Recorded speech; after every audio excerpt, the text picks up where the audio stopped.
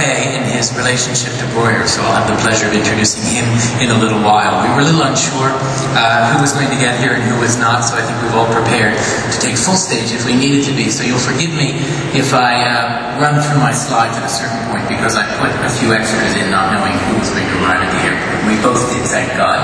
And you can see here a photograph of the young Marcel Breuer at the Bauhaus, sitting in perhaps one of his most famous early tubular steel chairs. And on the right, oops,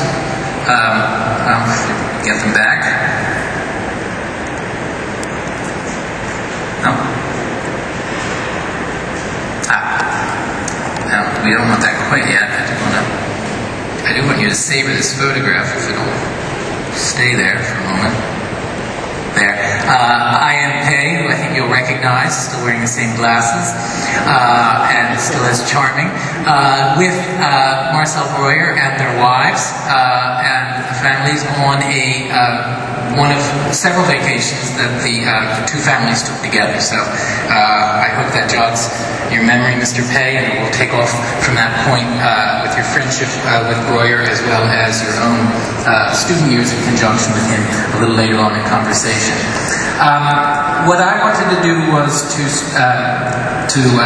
stress two things in the beginning, with a kind of a medley of slides, and then concentrate on two buildings that I think have been relatively underappreciated and that stand at a rather insistently making you look at his architecture before you get to the furniture. Somewhat perverse, but I think actually right. Breuer always considered a relationship between design and architecture as intimate. It is not true that Breuer gave up furniture design to become an architect. He always intended to be an architect. He was working in close collaboration already when he was master of the furniture workshops with Walter Gropius on various designs, including the design of the Bauhaus building itself. You see the famous furniture that he did for the building in Dessau around 25 on the right screen, and on the left-hand side of the left screen, this wonderful, now lost film that he produced on the evolution of the chair as it had played out in his own early student works, from the recently rediscovered crafted African chair at the top. And if you could just make it out at the bottom, next to the bottom is of course the Vasily chair that he was sitting in, and then his notion that perhaps the chair would disappear, that one would float on a column of air.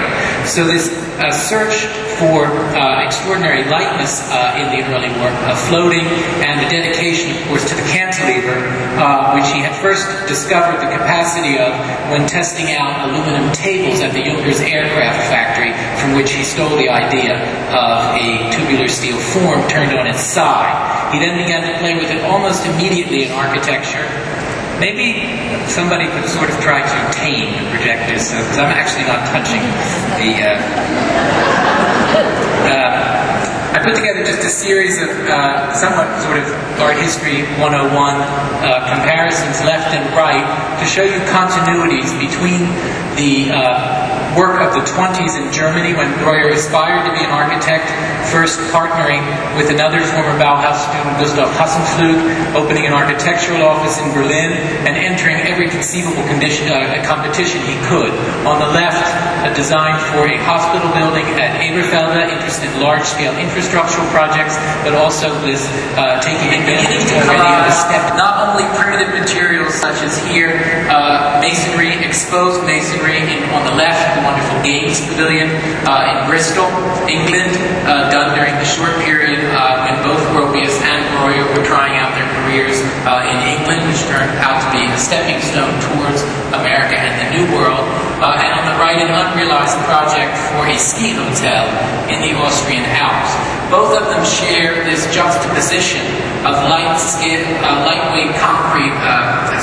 steel frame architecture, suspended now between expressed masonry walls. So the reappearance of the masonry wall, already heralded in Le Corbusier's work around 32, becomes a major theme of Corbusier's framing systems and masonry walls. You can see this axonometric showing the complex hybrid architecture that Breuer becomes interested in. So that the interest in collage, which will run through his work and through his spatial definitions, is one not only of textures, of light effects, but also of ideas about structure, so that already in the 30s he was exploring the idea that the facade again might gain a structural role that had been more or less banished in the heyday of the so-called international style in the mid-20s, in the training of architects. Gideon had begun here on the left from Space, Time, and Architecture to celebrate the American space period in Chamber of 1942 in Massachusetts. If one would construct walls of multiple layers of 5 to 7 different orientations with the skin in this period of the late 30s to 40s. This is the Fisher House outside of New Hope, Pennsylvania, still standing intact with all of its contents, a house for an American advertising executive who was one of the first to train in Herbert Bayer's graphics studio at the Bauhaus, and his wife who had come from the sculpture studios at the Bauhaus, and they got Breuer to build a whole compound for them in which he collaged these kind of Pennsylvania stone walls, much as he has a structural stone wall holding the now tensile frame of his own house in Lincoln. 2 more views. Oops.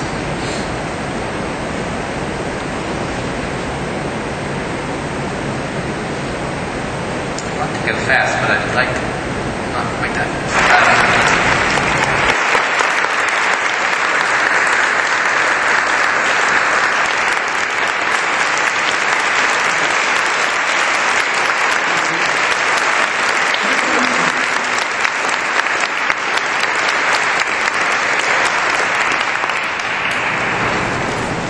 Also wired for sound. Yes. Before I start, my job is to talk about Breuer the man, but I do want to say something about Breuer's architecture very quickly, and then we'll turn my attention a little bit more to the man himself, whom I happen to know very well. Well, maybe I should talk about Breuer the man first.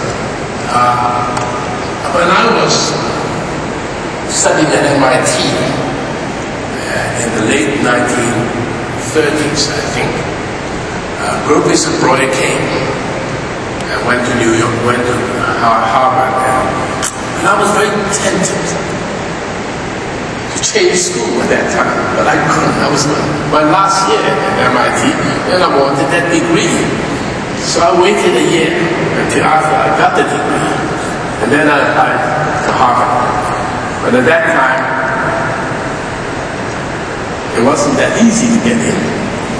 But I was asked to wait a little bit. And anyway, in 1940-something, 49, yes. I said that house ruined Breuer because it made him so famous, so well known as house architect. With the butterfly room, and he got Clive's trouble. And some of his least distinguished work came from that, in my opinion. What I had hoped to juxtapose actually was his own house a year earlier with the extraordinary cantilever, and then in a sense, the publicly accessible MOMA house, which is so much less adventuresome as a work of architectural space. And yet he was a great house designer. Funny. I mean, his old house in Lincoln, I've eaten there. Actually, I don't know how many times. I was before he was married to Connie. I used to go there a lot. And it's a 3 stories. 3 story, actually half level. A wonderful house. So warm. And that's the personality of Breuer. He's a very warm person. In many ways, he kept reminding me that he said, I'm a peasant. I'm sorry. He said, I'm a peasant. He said that time and time again. Those 2 houses, his house and the Chamber of Commerce, started off me, as then I think he was the architect to watch. Then, after he went to New York, I lost him. I lost him for almost 10 years. I didn't catch up with him until after I went to New York myself. And how did your friendship sort of well, I think there's a lot of this chemistry, I guess. I went to New York in the late 40s and early 50s, I think. I went to New York in 49. And I was then beginning in Italy. And to do urban redevelopment, you have to sell the idea to the community, to the city. And after you succeed in selling, then you have to do something. And usually, it's low-cost housing. That's it. 90% low-cost housing to replace the slum. So not relatively expensive, but can be transformed into a low-cost housing. I thought one could do that. And so I went to Chicago. And then I came back and said, no, I can't make it for $10 a square foot.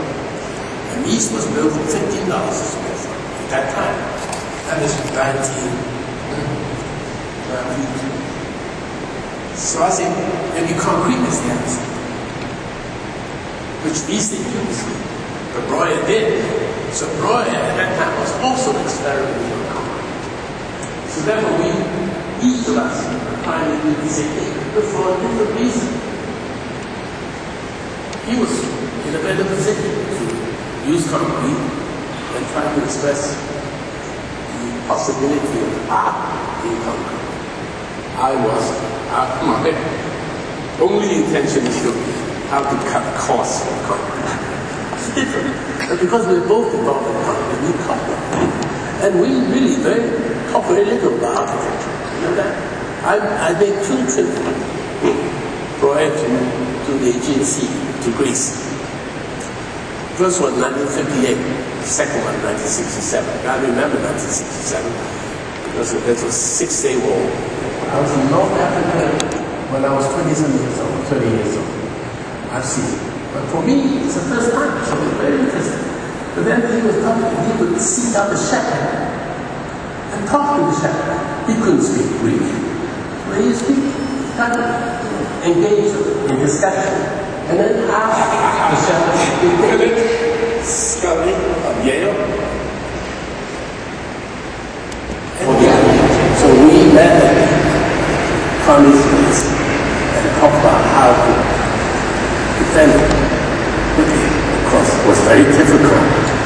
But we didn't succeed. But the community maybe succeeded. So yes, I knew about Whitney quite early on. I think Whitney is a very important building in my opinion. And we come out of Breuer's place. So to eliminate it, before it's landmark, today's landmark, is that right? Today's landmark. Yeah. But that was, when was that? Less than 6. I don't even know the date anymore. The date of the Whitney? No, the date of the Grand Exhibition. That was in the late 80s. The height of postmodernism in the late 80s. But anyway, that much I can tell you. But I don't know about the interview about it. Was I interviewed? When? 1964, right after the success of the Everson. So I think that the Everson was in A. Louise Huxtable at the time wrote an article that the building was, everyone acknowledged that the Everson Museum didn't really have a very important collection. And she said, but if you want to see what's happening of any importance in the art world right now, you must go see Mr. Pei's new museum in Syracuse. This is proof that architecture can also be art. And I think that Breuer was thinking very much along those same terms when he came up with the form of the Whitney. I mean, one of the very interesting things about Breuer, maybe you could enlighten me and the audience about this, is that Breuer's designs suddenly appear with a kind of finality through thousands of drawings, but they're very rarely does one find early sketches. So the Whitney suddenly exists as a form. Bob Gatchie tells the story in his memoirs of working with Breuer that Breuer went home one weekend and designed the Whitney. Of course, he was still living in his own cantilevered house at that point that I showed you, and came back with the form and handed it to them to draw up and to refine on the Monday morning. In my view, it's actually, the Whitney stands out. It's very hard to, one can put its drama and its bravura with a lot of the other cantilevered works, but it's quite different in one, in its cladding and materials that aren't really dealing with the kind of the roughness of concrete. It seems very developed because he used glass so extensively in UNESCO, in the Secretariat building at UNESCO, which of course has this complex curved Y form, has glass in all different exposures, and he developed all sorts of systems of baffles, likewise out of glass, metal, and some concrete, to try to deal with the different light conditions in almost 360 degrees because of all those exposures. And there were such enormous problems and lawsuits over those facades in Paris. It went on for years. I suspect that in a certain sense kind of burned him with curtain walls in anything but a very, very safe urban exposure. Well, I don't know, to a certain extent, I don't know, you should know that. And then I think he was a little bit competitive, a little bit with Mies van der Rohe. But he does dislike the Johnson. You don't know that? Yeah, I do know. Oh, no, the two of them. But now let's talk about that, yes. No, I use the word, and I mean it. And that is, there's no love lost between those two. And therefore, since they represent glass curtain and his employer, you see, to him, texture and materials are very important. I don't know whether you like stone walls. I don't use stone walls. How can you present stone wall in a white model? The stone walls are very important in Breuer's work. No, I don't think so. I think so. A few buildings, the buildings that I've mentioned may be okay, but they have to be sculpture if you want to make it out of white model. But Breuer's work, the materials are extremely, texture is important, and color is important. So, that's it. Well, I wish I could take questions from all of you, because I'm sure you have many interesting ones, but I was going to ask you, I suppose, a very general question. I had some specific questions that are following up on it, but a whole line of thinking about the urban place of Breuer's buildings, and whether there was an urban attitude. And I was thinking that at very different moments, both of you had controversial insertions into the city of Paris. And thinking of the strong formal presence and the strong formal as well as formal type of technical research in both of your architectures, and then these flashpoints of you with the Louvre and Breuer in the UNESCO episode many decades earlier. But and of course it was ultimately when he touched Grand Central that Breuer finally ran amok of the notion that one has over and over again, that when modernist architects attempt to take on the city, their legacy doesn't always carry as strong as the form abstracted from context. I think UNESCO fits quite well in the cityscape of Paris, particularly in that part of Paris. I'm not talking about the building, I'm talking about the urban architecture. I think it fits very well. On the other hand, I think his work, which was rejected for what is the plastic dimension? Wow, that he didn't build. It's a slab. Oh, the first UNESCO project for the Port Maillot. That was replaced by Potzenplatz building. I think that building probably was correct to be rejected. Just as I proposed something for La Défense and was rejected, it's probably correct. In Paris, you understand that. You have to, but I think his UNESCO building fits all right. No, I agree. I think it's actually brilliant institution. Well, thank you so much.